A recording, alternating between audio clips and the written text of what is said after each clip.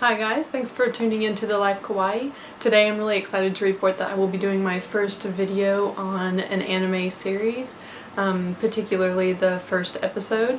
Astarottes is what I'm going to be talking about, and yeah, this is my first anime review.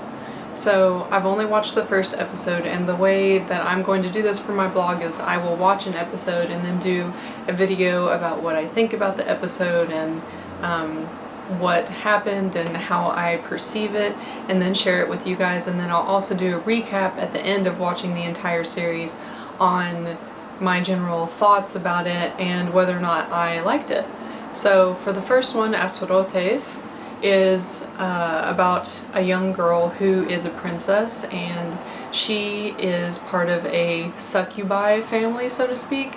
Not everybody who's born into the family is automatically a succubi, but they do cover in the first episode that as long as you have that genetic trait, no matter what species you breed with, you can still produce a succubi. So Princess Lotte is a succubi, and she apparently hates men. They spend about the first 10 or 15 seconds of the first episode letting you know really clearly that she is just not gung-ho about men and doesn't seem to like them in general, and kind of views them as a separate species in and of themselves. Another young female character named Judith, who seems to be her teacher.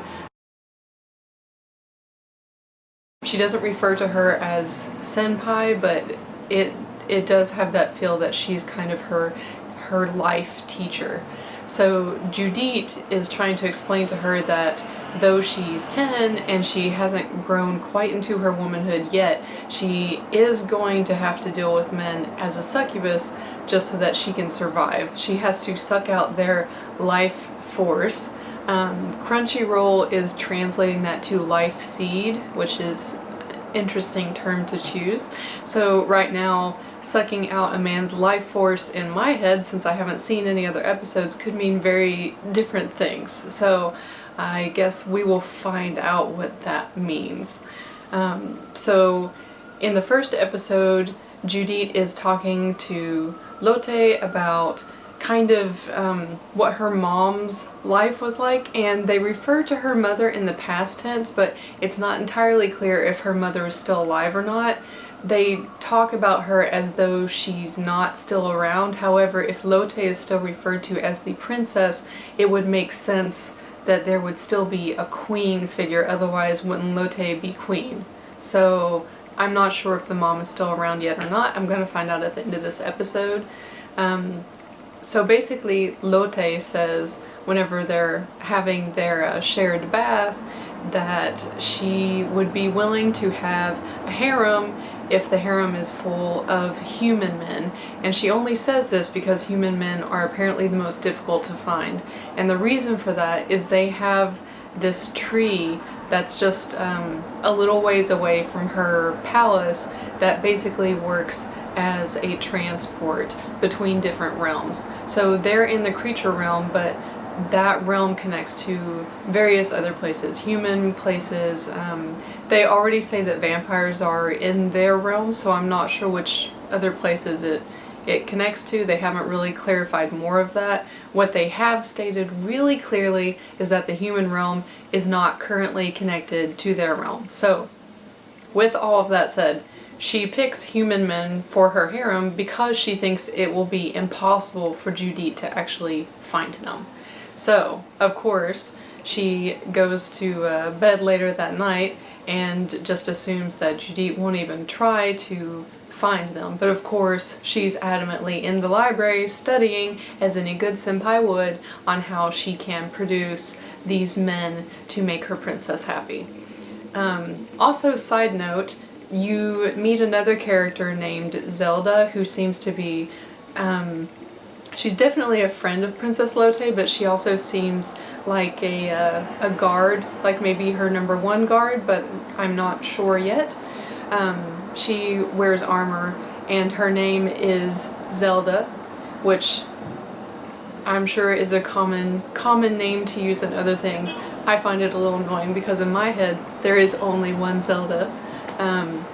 of course, my favorite video games, but whatever. I shrugged it off and I kept watching. So anyways, Zelda takes Lotte in the morning to this tree where she will be able to, you know, connect realms, and the only reason she goes there is because she leaves the palace in a panic because she finds out that Judith is there trying to open the tree so that she can go find these human men.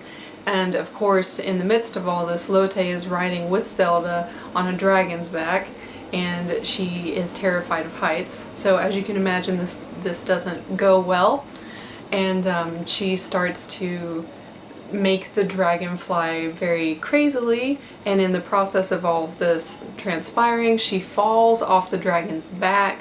Zelda panics, but she can't reach her, and she starts falling inside of the tree.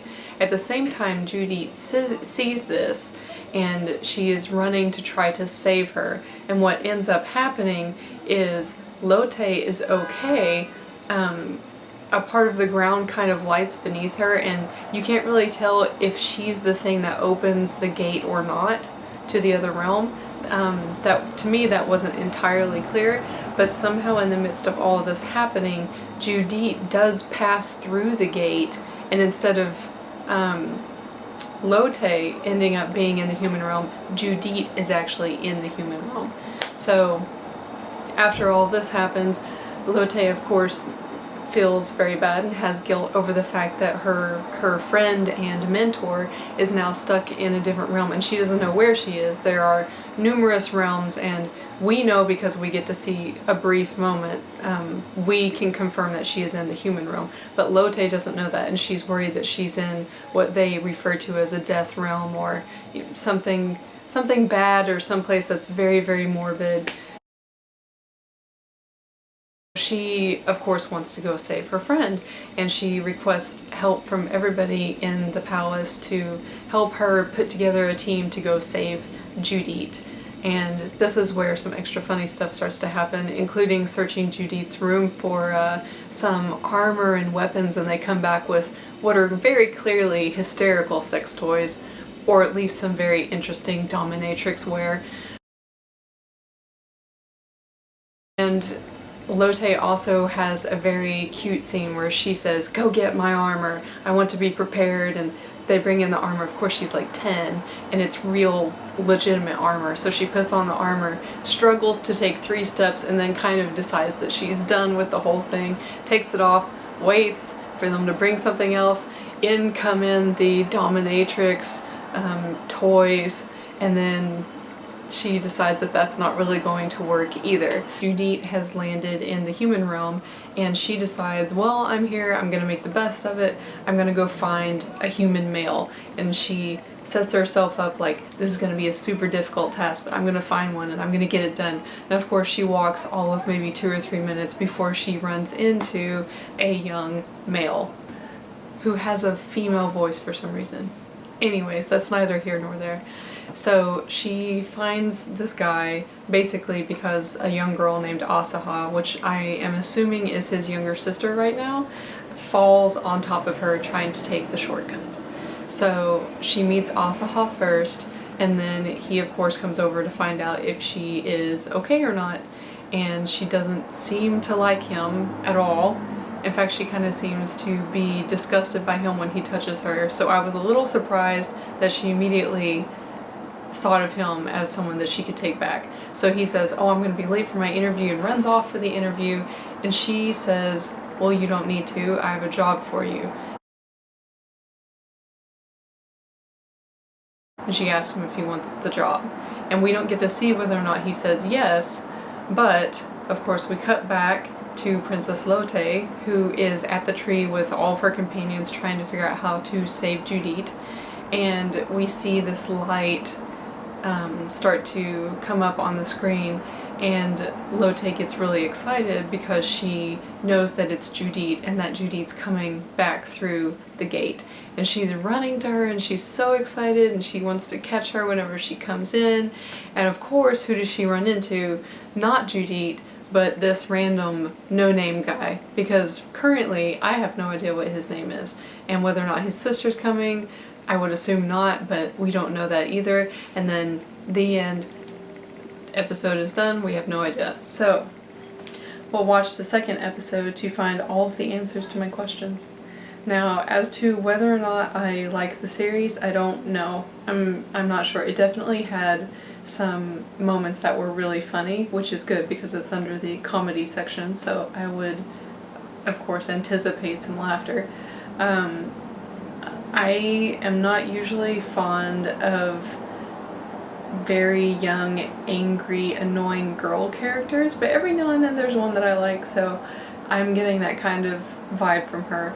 We'll find out if she continues to hate men or not. We'll also find out whether or not he came with Asaha, and I'm assuming that this character is male, but it is odd that the voice that they chose to play him is so female, so that kind of throws me off a little bit.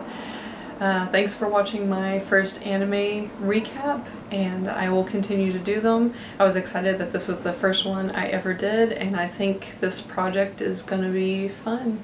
So thanks for watching The Life Kawaii, and come check in with me anytime. Let me know whether or not you like this series or not, and of course if you want to follow to find out what other good animes I like, and what other kawaii things that I write about and do reviews on, check out the links below and subscribe to my YouTube channel. Thanks for watching. Bye.